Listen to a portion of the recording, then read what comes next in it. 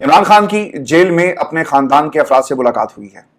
اور عمران خان نے اپنی فیملی کو آخری پلان بتا دیا ہے۔ یہ پلان کیا ہے اس کا حال احوال میں آپ کے سامنے رکھوں گا، اور پھر کپتان نے بشرا بی بی کے حوالے سے کیا انکشافات کیے، یہ ڈیٹیلز بھی ایکسکلوسیولی آپ کے ساتھ ہم شیئر کریں گے، اور پھر بہنیں عمران خان کی بات سن کر آخر کیوں روئی یہ بھی میں آپ کو بتاؤں گا، اور پھر جیل میں فیملی ملاقات کی اندرونی کہانی تفصیل کے ساتھ بیان کریں گے آج کے اس پروگرام میں۔ لیکن ویورز، سب سے پہلے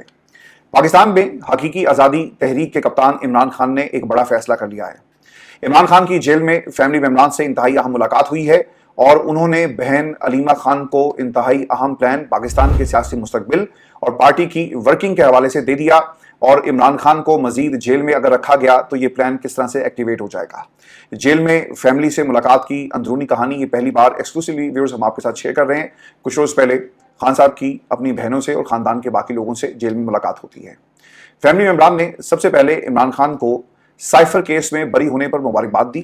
اور عوام کے جذبات عمران خان تک پہنچائے، اور پاکستان کی عوام اس فیصلے کے بعد کیا سوچ رہی ہے، پاکستان تحریک انصاف کے مخالفین اس وقت کس قسم کی پلاننگ کر رہے ہیں، اور پھر دوسری طرف عمران خان کو پاکستان کی عوام کا جو ایکس کے اوپر مختلف ٹویٹس کے ذریعے پیغامات خان صاحب کے لیے بھیجے گئے، یہ تمام پیغامات امانتاً خان صاحب تک پہنچائے گئے۔ اور ویورز، اس ملاقات کے اندر علیمہ خان کی عمران خان سے ڈیٹیل گفتگو ہوئی۔ پاکستان کی اسٹیبلشمنٹ عمران خان کے حوالے سے کیا پلاننگ کر رہی ہے، عمران خان کو روکنے کے لیے کون سے نئے مقدمات بنانے کی تیاری کی جا رہی ہے، اور پھر عمران خان کے خدشات اور پاکستان کی اسٹیبلشمنٹ سے عمران خان کو کون سا بڑا خطرہ ہے، اس کا مکمل طور پر جائزہ لیا گیا۔ جو پلاننگ اسٹیبلشمنٹ کر رہی ہے اس کے مقابلے میں ایک کاؤنٹر پلاننگ عمران خان نے اپنی فیملی کے حوالے کر دی ہے۔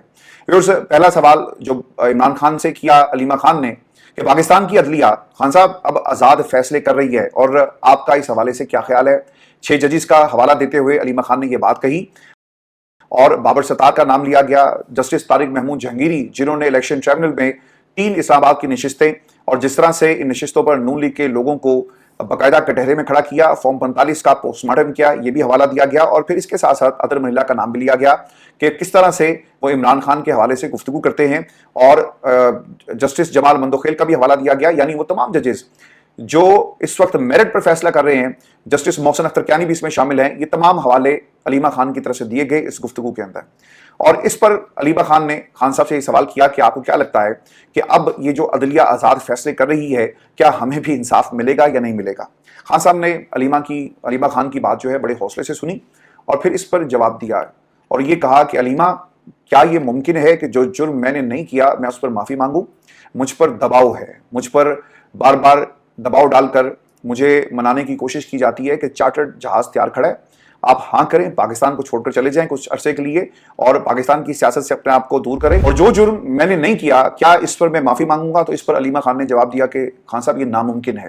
خان صاحب نے مزید یہ کہا کہ کیا یہ ممکن ہے کہ میں معافی نہ مانگوں اور پاکستان کے طاقتور حلقے جیل سے باہر آنے مجھے دیں؟